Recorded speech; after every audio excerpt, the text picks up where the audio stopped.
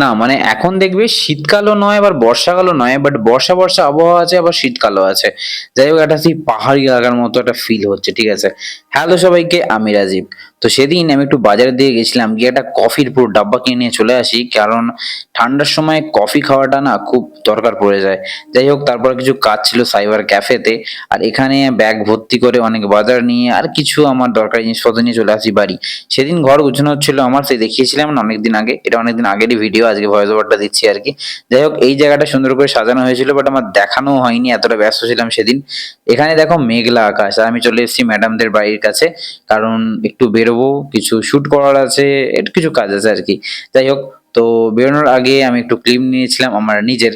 তারপর এমন সুন্দর আবহাওয়াকে সাক্ষী রেখে আমরা বেরিয়ে পড়ি গাড়ি নিয়ে। এবার যখন গাড়িটা চালাচ্ছি, গাটা এত মানে কেমন একটা কি বলে শিরশির করছে না। ম্যাডাম ওখানে দেখো প্যাকিং হয়ে বেরিয়েছে, এই হচ্ছে ব্যাপার।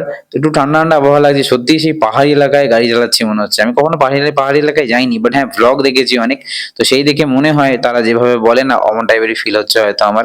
তারপর দুটো চা নিয়ে নিই, কারণ এমন ঠান্ডায় চা খাওয়াটা একটা ভালো লাগে ব্যাপারটা, ঠিক আছে। তো এখানে চা খাচ্ছিলাম, তারপরে একটা ঘটনা দেখো। এখানে এই কুকুরগুলো আমাদের ল্যাজ ছাড়তেই চায় না, মানে একদম গায়ে উঠে পড়ার খাপ, মানে পারলে গায়ে দিয়ে উঠে পড়ে আর কি। ম্যাডাম একটা বিস্কুট দিয়েছিলেন, বাট ওটা খেলো না, কারণ টোস্ট ওনারা খায় না, ওনারা খালি পার্লেজি বিস্কুট খায় আর পেনি বিস্কুট খায়, বাট আমরা সেটা দিইনি। যাই হোক, সেটার জন্য জাজ করো না আমাদের, আমরা তখন দিইনি। আমরা আমরা একটা বিস্কুট দিয়ে ওদের কি করবো, তাই না?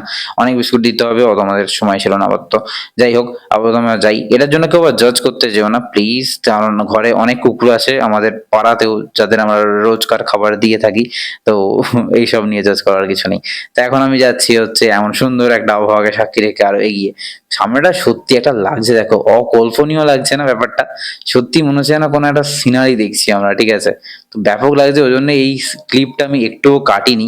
বড় ক্লিপ যা ছিল এবং র ক্লিপ সেটাই দিয়ে দিয়েছি, কোনো এডিট না কিছু নেই। তাহলে একবার দৃশ্যটা সামনে দেখো, এত সুন্দর দৃশ্য। ভাই ভাই কি বলবো আমি তোমাদের, একটু দেখো, ফিল করার চেষ্টা করো যেভাবে আমি ফিল করছিলাম। এটাই। তারপর একটা কথা ছিল যে আমি না আমার ভ্লগের শিডিউলটা চেঞ্জ করবো ভাবছিলাম, মানে আমি ডেইলি ভ্লগ দেবো নাকি একদিন ছাড়া নাকি দুদিন ছাড়া। আমার যে ব্রডকাস্ট চ্যানেল আছে ওখানে জয়েন করে যাও, ওখানে আমার অনেক আপডেট পেয়ে যাবে। ওখানেই আমি একটা পোল ক্রিয়েট করেছিলাম, পোলের মধ্যে ডেইলি ভ্লগের অপশনটাই বেশি সবাই ভোটটা দিয়েছে। তো দেখা যাক ডেইলি ভ্লগ কন্টিনিউ করতে পারি কিনা। আর তোমরা ভ্লগ ছাড়া কি অন্য কোনো কন্টেন্ট দেখতে ইন্টারেস্টেড আছো, তাহলে আমাকে জানিও কি কন্টেন্ট দেখতে ইন্টারেস্টেড আছো। আর এটাই। তারপর আমরা এক জায়গায় দাঁড়িয়ে একটু ম্যাডামের প্যাকিংটাকে একটু বেশি করে করানোর চেষ্টা করছিলাম, কারণ বৃষ্টি পড়ছে। আর আমি এখানে টুপি পরে আছি, ছাতার কাজ করে যাচ্ছে এটা।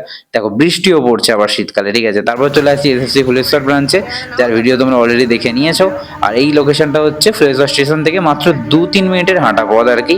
লোকেশনটা আরো স্পেসিফিক জানতে চাইলে আমি কমেন্ট বক্সে দিয়ে দেবো, একটু বলে দিও আমাকে, হয়তো সবাই।